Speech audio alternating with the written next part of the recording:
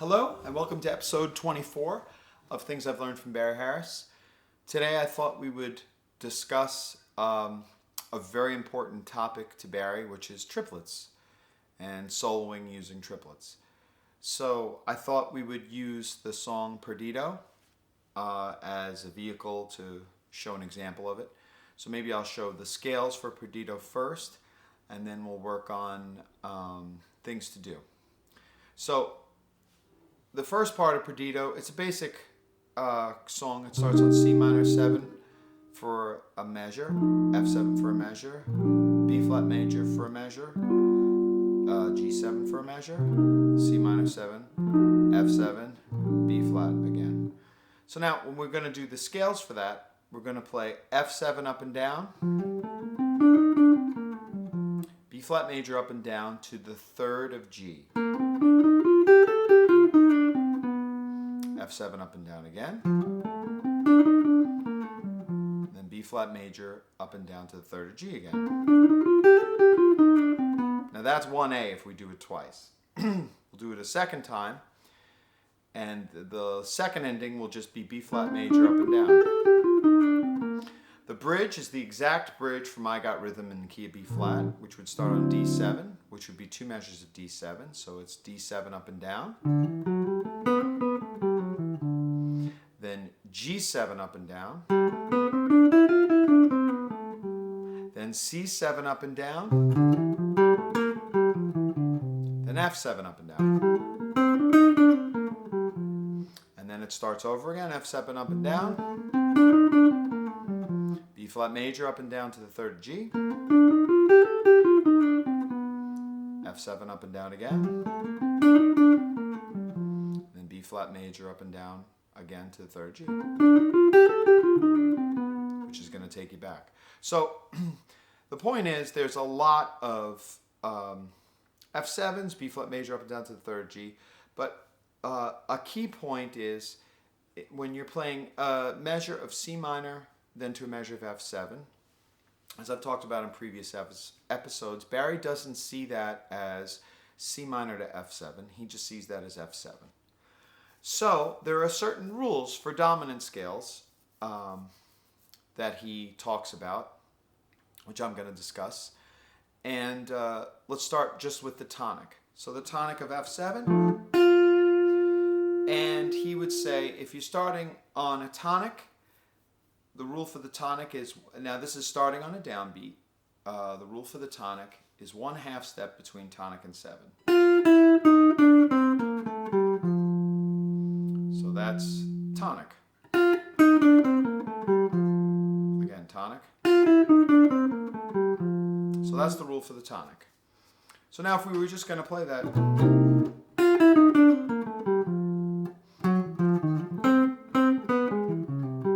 that's fine, which is nice, but it's a little bit eighth note-y. So Barry likes to liven things up with triplets. Liven things up is probably not the right expression, but to make it a little more interesting. So there's two kinds of triplets. There's an eighth note triplet. Now the rule for the eighth note triplet is it's not the note that you start on for the triplet, it's the middle note of the triplet. So in this case, the triplet is between the tonic and the second, and then it goes back to tonic. So that's the triplet. So the rule is for an eighth note triplet, you use the middle note. So the middle note there would be the second. Now, the rule for the second in dominance, in his half-step rules, is no half steps.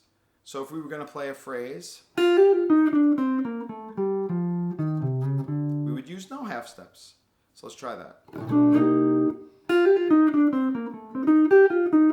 I just came up with the diminished when I got to the third, but that's no half steps, and that's with an eighth note triplet.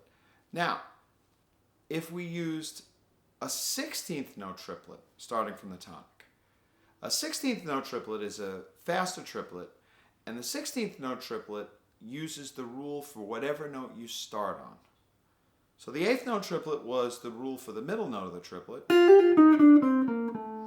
The rule for the 16th note triplet is whatever note you start on, that's what rule you're going to use. So in this instance, we're starting on the F, which is the tonic, and as we know, as we just discussed, the rule is 1/2 step between tonic and 7. So it would be this.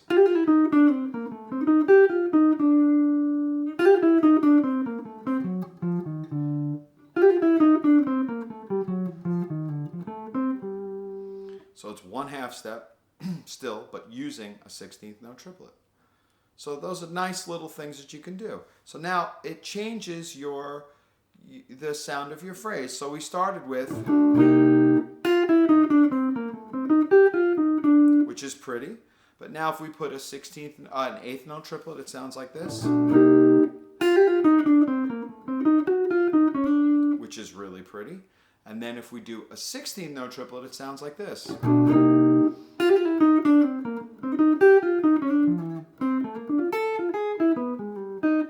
So you see the difference, and it's using exactly the same notes except just putting a triplet and different kinds of triplets. Now, let's say we're going to use the rule for the second. The rule for the second is no half steps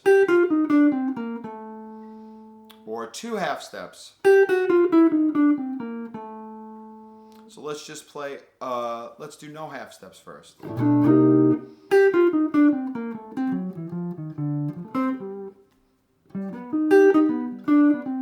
So that was a nice one, just no half steps.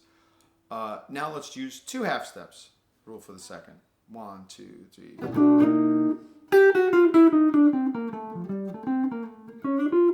That's a nice one too, 2 half steps. But if we want to add triplets, we could say, okay, so let's use an 8th note triplet.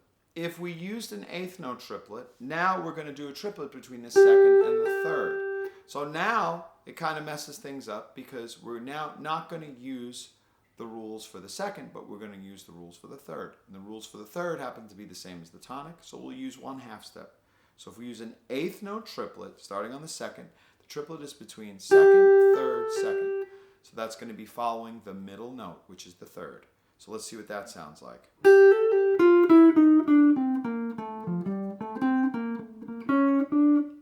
Which is a nice thing, 8th note.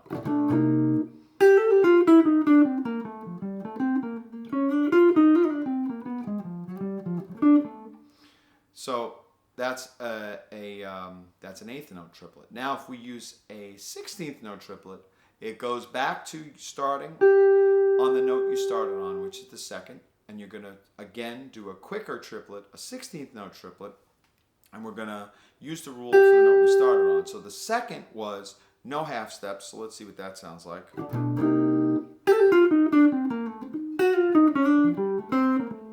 Which is really pretty, so try it again.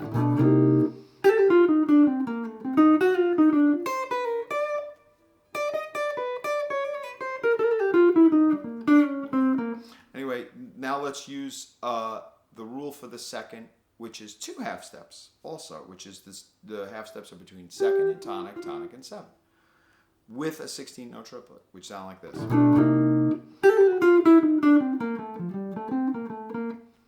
That sound is so nice. See?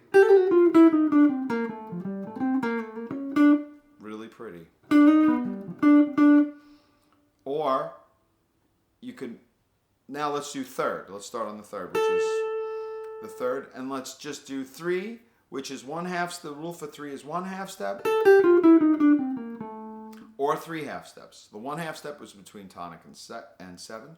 The 3 half steps are between 3 and 2, 2 and 1, tonic and 7. So let's try 3 with 1 half step.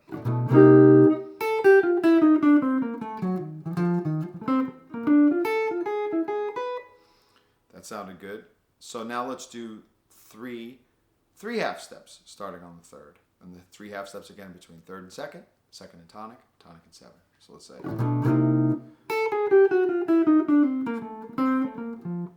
Really pretty.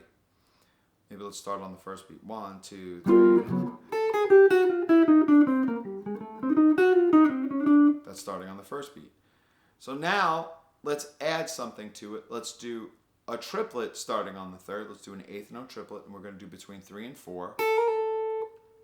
So now we'll say between 3 and 4, and we have to use the rule for 4, because once again, the rule for the 8th note is you have to use the rule for the middle note, which would be the 4 in this case. So the rule for 4 is the same as 2. No half steps, so let's try that one, which is really pretty. Let's use the second rule, which is 2 half steps between 2nd and tonic, tonic and 7.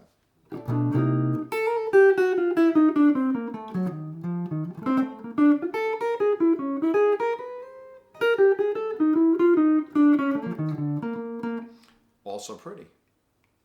Now let's use the 16th, the rule for the 16th note triplet. So again, starting on the 3rd, the rule for the 16th note triplet is it takes the rules for the note you're starting on the triplet. So now we'll use 16th note triplet starting on the 3rd. The first one is 1 half step between tonic and 7, so it would be this. Let's see. Oh no, would be 3.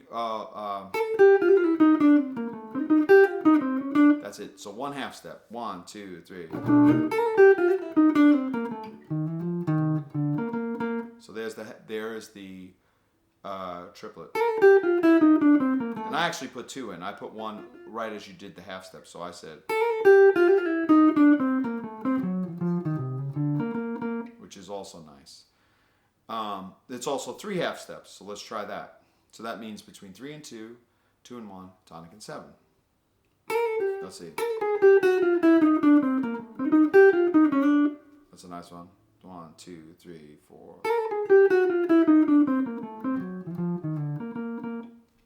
Also nice. Now let's put some triplets in other spots.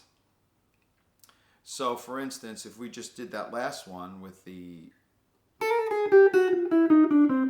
we had 3 half steps, and I put a 16th note triplet.